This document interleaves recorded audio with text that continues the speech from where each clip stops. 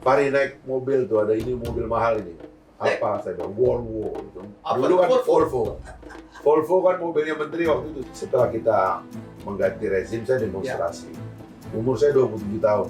Mulai kapan? Staf khusus juga ya? Enggak, anggota. Anggota Saya MPR? anggota MPR, mewakili utusan pemuda. Indonesia tidak bisa dipimpin kalau tidak pakai ide. Ada satu buku yang menurut saya itu paling berkesan ya. Michael Hart yang 100 tokoh 100 tokoh paling berpengaruh. berpengaruh yang menempatkan Nabi Muhammad nomor satu. Nabi Oke. Muhammad.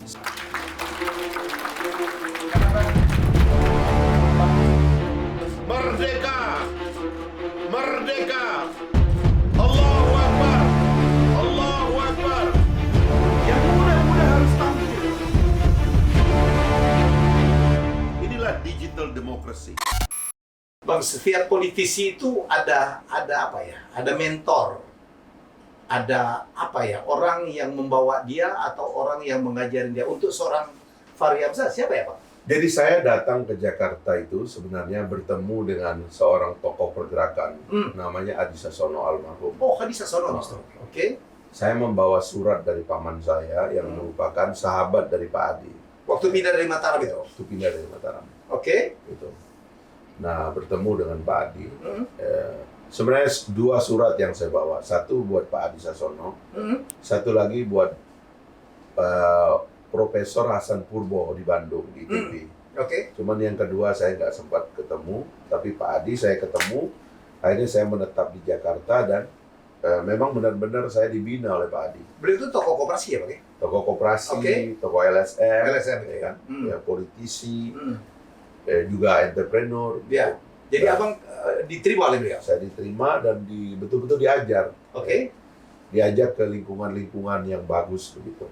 Nah, saya kemudian ada satu juga yang dalam diri saya itu saya senang bertemu orang, bertemu tokoh, Oke. khususnya tokoh ya. Tapi pada dasarnya saya menikmati berjumpa dengan manusia gitu. Jadi adalah mungkin karena kita orang kampung ya, lahir tuh memang hari-hari itu kita duduk bareng orang, senang gitu bergaul di masyarakat. Sampai sekarang juga kalau saya pulang kampung, saya senang sekali bergaul. Tapi di Jakarta itu, waktu saya udah masuk jadi mahasiswa di UI, saya menarget dosen dan guru itu lebih banyak ingin bergaul pribadi dengan orang ini. Karena saya tidak saja mau ngambil ilmunya di kelas. Saya pengen ngelihat apa yang hebat dari orang ini. Makanya saya umumnya dengan guru saya bergaul. Kalau saya terbatas di dalam kelas, saya pasti pernah masuk ke ruang kerjanya dan ngobrol panjang. Ngobrol panjang. Saya dengan Pak Jatun itu, beliau masih hidup. Doro Jatun Kuncoro Jati. Kuncoro Jati itu guru besar Fakultas Ekonomi UI bekas dekan. Dan beliau salah seorang tokoh GDUI ya, grup diskusi yang men-challenge pikiran-pikiran pada zaman itu. Saya suka berdua di kamar gini ngobrol panjang. Ya, selain beliau saya dengar di kelas, tapi saya suka ngobrol dengan beliau. Nah, banyak tokoh yang saya gituin gitu. Saya itu termasuk yang baru wafat ini Pak Malik Fajar gitu. Itu saya anggap guru karena beliau tahun 59 sampai tahun 63 jadi guru di Sumbawa. Saya belum lahir, saya lahir tahun 73, 71. Tapi ibu saya, abah saya, paman-paman itu dekat dengan beliau. Karena itu kalau cerita tentang Pak Malik, saya cerita ke Pak Malik tentang Sumbawa. Beliau keluar nostalgianya. Waktu zaman reformasi, saya suka ngumpul di rumah beliau dengan tokoh-tokoh kayak Pak Amin Rais dan sebagainya itu. Begitu dia jadi Menteri Agama, diangkat oleh Pak Habibie, saya suka diundang berdua makan siang. Makan nasi Padang tuh di kamar beliau ngobrol. Saya ceritain tentang Sumbawa, nostalgianya keluar. Senang banget. Senang dia. Tokoh-tokoh itu juga semua. Jadi menterinya Pak Habibie itu ya, Pak Adi Sasono, ini almarhum ya Pak Malik Fajar, kemudian Ibu Tuti Alawiyah, itu. Kemudian yang masih hidup tuh Pak Syarwan Hamid, Pak Ginanjar, itu Pak A.M. Saifuddin, itu semua saya pribadi dekatnya. Dan saya nggak ngerti, saya tuh suka diajak naik mobil sama Pak Fatwa, itu suka keliling. Ayo Fatwa. Sama Pak A.M. Saifuddin. Fahri naik mobil tuh, ada ini mobil mahal ini. Apa? Saya bilang Volvo itu. Apa Dulu kan Volvo? Volvo. Volvo kan mobilnya menteri waktu itu. Saya suka diajak tuh. Udah keliling muter gitu. Inilah mobil menteri itu Pak Hari katanya. Bercanda gitu dia. Jadi saya dengan tokoh-tokoh besar ini saya suka ngobrol. Kami ada forum rutin dulu dengan Profesor Amin Aziz, Pak Adi, Pak AM yang masih hidup, kemudian juga Pak ya banyaklah tokoh-tokoh itu ngobrol sampai malam. Sampai hari ini saya masih melakoni duduk di majelis orang-orang tua. Siapa coba? Ya, saya suka ngobrol dengan Pak Maher Al-Gadri, dengan Pak Fuad Bawazir, ya kan. Banyak tokoh-tokoh lah yang tua-tua itu kalau kan tua-tua itu banyak nostalgia, ya kan. Kita Nggak diundang. takut jadi ikut tua Bang Fahri. Entahlah, tapi dari dulu, dari sejak saya kecil, saya itu senang bergaul dengan orang tua. Jadi di kampung itu misalnya saya itu ya, saya kan kecil, suka naik motor, ikut dengan orang-orang tua. Jadi kalau ada anak muda punya motor, itu saya gemar gitu ngobrol dengan dia. Nanti saya naik motor dia dibawa keliling tuh, keluar kampung kemana-mana. Selalu ngobrol gitu. Dengan guru, saya paling dekat tuh dengan guru. Suka diajak keliling sama guru saya kemana-mana. Jadi dari kecil itu punya pembawaan itu dekat sama orang tua. Mungkin Bang Fahri menjadi teman ngobrol yang baik kali ya. Mungkin juga karena kita pendengar aja dulu. Itu kan orang tuh kalau kita udah mulai intens bicara kan tidak harus kalau orang itu bicara banyak, tapi mendengar banyak juga menyenangkan gitu. Dan belajar banyak dari mendengar banyak. Nah itu dia gitu. Bang Fahri kalau belajar ngomong dari siapa? Yang jadi guru belajar ngomong itu siapa sih? Saya kan masuk kampus sejak SMP. Saya ini adalah aktivis Ikatan Pelajar Muhammadiyah. SMA juga saya anggota IPM. Nah begitu saya masuk kuliah kan senangnya jadi aktivis. Pasti ada kelas kita berpidatonya kan itu kan. Lalu begitu masuk UI, saya itu menjadi mentor dari mahasiswa-mahasiswa baru yang masuk ke UI gitu. Dan juga menjadi mentor bagi banyak anak-anak SMA di Jakarta dan sekitarnya. Setiap akhir pekan tuh saya ngisi pengajian dan training kepada anak-anak mahasiswa itu ngomong terus. Nah begitu di kampus kan ikut senat, ya, pidato lagi urusannya itu. Berdebat. Begitu ya berdebat, ya berpidato, dan begitu kemudian jadi politisi ya itu kerjaannya. Begitu jadi anggota parley ya dilembagakan lah ya. Itu memang pekerjaannya. Jadi dari situlah kira-kira rutenya. Tapi saya suka belajar logika, belajar retorika, dan menurut saya diantara yang menyusun pikiran yang tersusun dengan baik itu kalau kita suka baca biografi. Biografi siapa ya, Abang? Semua biografi saya Yang baca. sangat banyak mendapatkan value. Jadi gini, waktu saya SMP nih, SMP di kampung, itu ada buku perpustakaan keliling tuh. Setiap hari Sabtu dia mampir di kampung Di saya. kampung. Ada satu buku yang menurut saya itu paling berkesan ya, saya baca, yaitu adalah bukunya Michael Hart. Michael Hart yang 100 tokoh? 100 tokoh paling berpengaruh. Gitu. Nah, yang menempatkan Nabi Muhammad nomor satu Nabi Muhammad. Jadi saya tuh orang SMP ya, senang tuh karena Nabi Muhammad nomor satu. Wah, ini orang bule ini kan yang nulis ini kan, tapi Nabi Muhammad nomor satu. Namanya juga orang SMP kan senang baca semua. Itu sebabnya saya biografi Nabi itu, Sirah Nabawiyah istilahnya itu berbagai versi saya baca. Semua. Saya senang gitu. Dan semuanya tentunya orang-orang besar yang baik atau yang buruk dalam persepsi sejarah ya, itu saya baca semua. Selalu ada lesson sih Bang ya. Baik dari seorang yang dianggap buruk sekalipun. Di antara itu yang menyebabkan saya juga bisa wajar melihat pemimpin itu. Karena kita ini penyakit manusia itu minder dengan pemimpinnya. Dalam sejarah manusia itu tidak jarang manusia itu sampai menyembah tokohnya. Karena terkagum gitu. Apalagi di zaman ketika jarak itu dibuat. Sekarang kan jarak nggak ada karena tokoh itu terlalu intens hadir di ruang publik itu. Dulu itu kan dijaga. Dulu di kampung saya itu di zaman Meraja Sumbawa, zaman raja itu ada mitos. Dia bilang kalau raja lewat, kamu harus masuk ke got dan lihat tanah. Sebab kalau kamu lihat raja itu, kamu bisa buta. Sampai begitu mitos tentang pemimpin di zaman itu gitu. Nah sekarang mitos itu hilang, tapi dari awal saya sudah punya perlawanan terhadap mitos itu karena ternyata pemimpin-pemimpin yang dikagumi itu banyak orang sakit juga. Banyak orang gila juga. Itu kan berkali-kali imperium-imperium besar dipimpin oleh orang gila. Jadi ini orang disembah, dikagumi, ternyata ini orang gila. Dan lebih-lebih karena dia adalah manusia biasa, pikirannya banyak kotor juga. Badannya sama dengan badan kita. Dia makan dan di sininya itu sumber kotoran. Yang kalau dia buang angin tuh orang pasti nggak suka. Tapi kalau raja yang keluar angin mungkin dianggap apa oleh orang itu. Padahal itu kotoran gitu. Nah saya dari situ belajar untuk melihat pemimpin secara rasional. Maka kalau saya ketemu orang besar, katanya begitu ya, saya nggak pernah itu menghilangkan fakta bahwa dia itu manusia biasa. Gitu. Tapi tetap hormat. Harus hormat karena begitulah cara kita bergaul sesama manusia. Kan.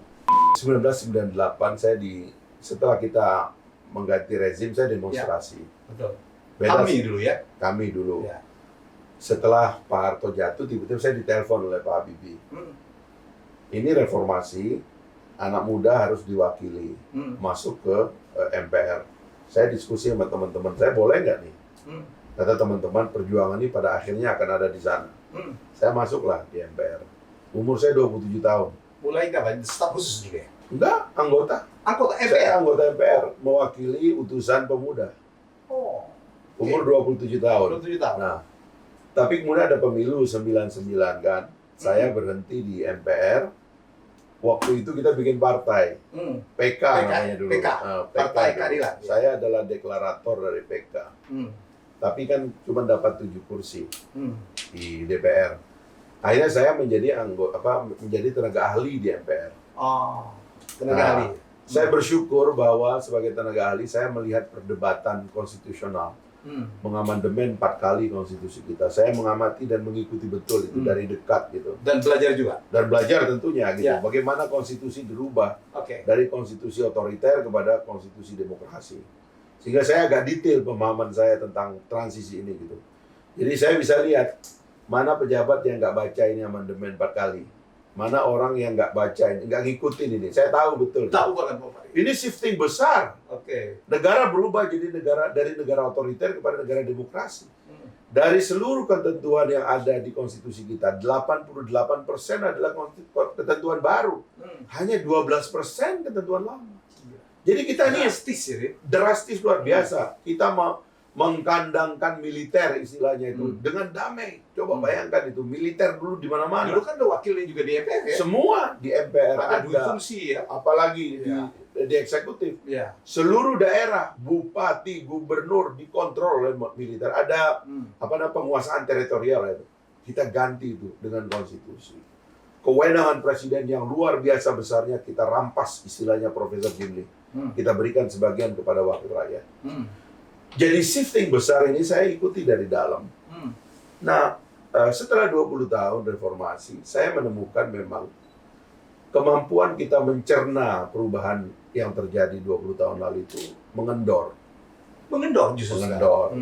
Jadi terutama pada elit. Terjadi apa? Kompromi-kompromi? Sebenarnya kurang baca sih menurut saya ya. Elit lebih pada kurang baca. Elit kita kurang membaca perubahan apa yang terjadi 20 tahun belakangan. Apalagi ada yang fatal, tidak baca sejarah, bagaimana Indonesia terbentuk. Bagaimana ide-ide besar bertemu dalam konsepsi bernegara kita. Sehingga payungnya Republik ini payung besar. Tidak ada payung sebesar ini dalam sejarah umat manusia hari ini menurut saya ya. Karena sebuah ide bisa mengumpulkan orang dari Aceh sampai Papua. Bermacam-macam suku. Bermacam suku, bermacam bahasa, bermacam agama. Kalau kita bicara demokrasi, the biggest democracy in the world itu adalah India. Tapi India itu kontinen. Dia satu pulau. Satu pulau. Dan bahasanya dan lain-lainnya itu rada-rada mirip lah. Manusianya rada mirip. Keadaannya juga rada-rada mirip. And we are so different. Mereka satu kontinen. Yeah. China paling besar, tapi kita tahu dia di run by the communist Iya. yang tidak bisa menerima perbedaan seperti yang kita punya ini. Iya. Tapi dia kontinen. Hmm. Amerika bahkan dia bilang the champion of democracy ini adalah kontinen. Kontinen. Paling Hawaii jadi luar. Hawaii aja, ya Hawaii dan sedikit Alaska mungkin Alaska, dan iya. beberapa, tapi itu sebenarnya kontinen. Ya. Nah kita ini Indonesia ini bukan kontinen. Ya, ini negara kita nyebut lagi tanah besar Brazil itu juga kontinen, Hmm. ya kan? Tapi Indonesia ini bukan kontinen, ini negara kepulauan. 17.000 pulau. Saya sambil minum ya, Pak. Sambil. Oke, ya. Nah, ini penting nih kita terangkan ini kalau kita sambil nanti kita lanjutkan soal kontinen. Ini adalah minuman saya setiap pagi. Apa infused water? Infused water yang terdiri dari jeruk nipis, jahe, kunyit dan akar serai. Kadang-kadang saya tambah propolis 3-5 tetes Oke. untuk membersihkan saluran pencernaan. Yang bikin istri. Istri yang dimasak. Kadang-kadang malam minumnya. Tapi kalau ini ide saya dari YouTube aja. Belajar dari YouTube. Kita bisa belajar apapun dari YouTube. Ustadz YouTube. Nggak perlu sekolah sekarang. Jadi kita lanjut tadi. Pak Helmi, ini mereka kontinen. Kita bukan kontinen.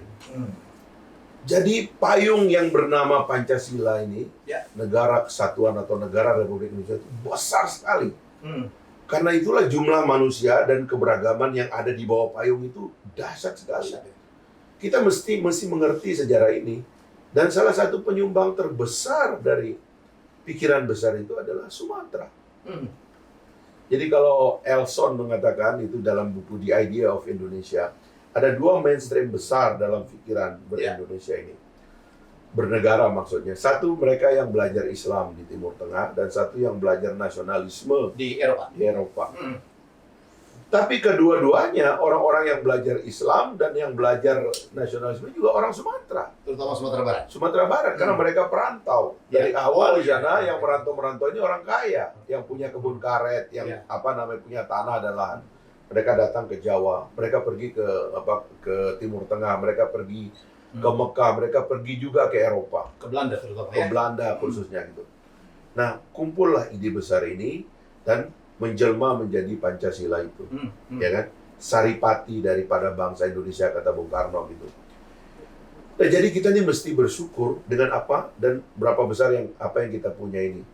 Tapi itu yang saya bilang tadi, kita koreksi konstitusi kita karena tendensi demokrasi terpimpin itu disalahgunakan menjadi otoritarianisme, pemusatan kekuasaan, etatisme. Gitu. Nah, kita koreksi dengan 4 kali amandemen, dan menurut saya konstitusinya sudah baik sekali karena kita punya Pancasila, kita punya konstitusi. Tinggal ini problemnya adalah Indonesia tidak bisa dipimpin kalau tidak pakai ide. Indonesia tidak bisa dipimpin kalau tidak pakai pengetahuan. Mustahil Indonesia dipimpin oleh kekuasaan, mustahil. Indonesia harus dipimpin oleh pikiran, oleh pengetahuan. Baru Indonesia ini bisa maju, bisa berkembang, bisa merekah seperti bunga yang indah tiap hari, tiap pagi, tiap malam. Gitu. Kalau tidak, orang gelisah. Makanya kita mesti koreksi. Bung Karno dulu kita terima ketika pikiran-pikirannya itu blossom dia itu. Kita lihat indah sekali. Bung Karno itu membaca kiri, membaca kanan. Salah satunya karena beliau pernah di Sumatera juga, pernah di Bengkulu. Pernah menjadi guru agama ya? Pernah jadi guru agama di sekolah Muhammadiyah, dan dia menikah dengan anak seorang ulama yang bernama Hasan Din. Ibu Fatma itu adalah anak ulama. Jadi Ibu Puan itu adalah cucunya ulama sebenarnya begitu. Jadi di situ Bung Karno mendapat ide Islam, tapi beliau adalah pembaca Marxis, dia pembaca segala macam buku. Kalau kita pergi ke perpustakaan dia di Bengkulu, perpustakaan dia di Ende, perpustakaan dia di Sukamiskin, di Bance, di Bandung itu buku-buku semua isinya. Nah, jadi Soekarno adalah seorang pembaca buku. Karena itulah kita sepakat dia memimpin kita yang pertama. Bung Hatta juga. Dan yang menarik dari sikap Soekarno kepada Hatta, waktu proklamasi 17 Agustus pagi-pagi itu, beliau sebenarnya meriang. Beliau demam, beliau tertidur di kamar. Dan dia nggak mau bangun kalau Bung Hatta belum datang. Saya tidak akan memproklamasikan kemerdekaan Indonesia kalau Bung Hatta belum datang. Jadi dia ngerti betul representasi dari Bung Hatta. Dan Bung Hatta seorang intelektual. Ya. Lagi-lagi ini soal ide. Jadi kenapa kita ini kagum dengan Soekarno dan Hatta itu karena ide. Bukan karena dia seorang anak raja begitu, berdarah biru itu karena dia punya ide. Nah, di awal itu udah benar itu. Tapi lama-lama kekuasaan menggrip. Dan kekuasaan kadang-kadang mengorbankan ide, mengorbankan kebebasan. Ini yang berbahaya sekali gitu. Bung Karno jatuh. Dan kadang-kadang saya lihat itu feodalisme yang merusak itu semua. Karena kekuasaan itu menyusup melalui feodalisme. Orang kemudian dipuji ya supaya tidak menghargai kebebasan, tidak menghargai perbedaan. Bung Karno jatuh dan tragis. Pak Harto juga demikian. Pak Harto itu adalah orang yang gemar, meskipun dia seorang militer, dia gemar sekali mengumpulkan ilmuwan di sekitarnya. Ya. Bahkan Teknokrat, ya. konsepsi Orde Baru itu lahir dari seminar. Itu. Seminar Angkatan Darat. Lalu kemudian dia mengumpulkan itu yang disebut dengan mafia Berkeley dan sebagainya yang belakangan jadi kontroversi. Tapi apapun disebut mafia, tapi mereka dari Berkeley, sebuah institusi pendidikan salah satu yang paling terhormat di Amerika Serikat. Gitu. Demikianlah, tapi lama-lama kekuasaannya makin menonjol. Dan sekali Indonesia dipimpin oleh kekuasaan yang memaksa, nggak bisa kuat. Kalau mau melihat orang Indonesia tenang, pimpinlah Indonesia dengan pikiran. Karena orang senang dari jauh, dari Papua, dari Aceh, dari Miangas, dari Pulau Rote. Dia senang melihat orang yang berpikir, orang yang berpuisi, memukau ya. Orang yang menyanyikan lagu yang indah. Itu orang Indonesia senang itu. Tapi sekali kita ngotot, orang Indonesia berontak, nggak bisa. Gitu. Ini begini, elbow. Wah, rumahnya luar biasa. Kenapa banyak nuansa biru-biru ini, Bang? ini seleranya ini kepala rumah tangga kan istri. Oh gitu? Iya. Ini jadi baju pun dipilih di istri warnanya.